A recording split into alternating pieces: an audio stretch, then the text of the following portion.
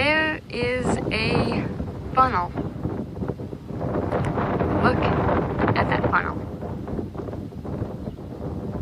That's a funnel. I do not think that it's tornadic. In no way, shape, or form. It could be, since there's a storm right there and usually tornadoes form at the back end.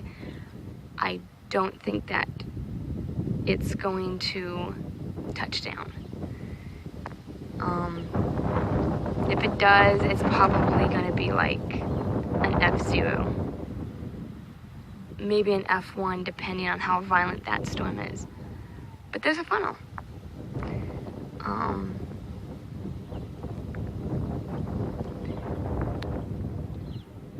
There could be two other answers of why that is there. One of them is that the wind in that storm is spinning, which usually tornadoes do form by spinning wind, but it happens all the time. Where did it go? There it is. And another explanation, I can't say the word, it could be a wind burst, where there's wind in the atmosphere and it goes up and back down and pushes downward.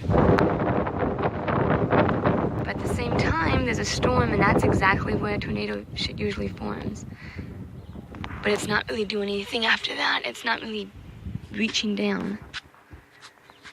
It's probably trying,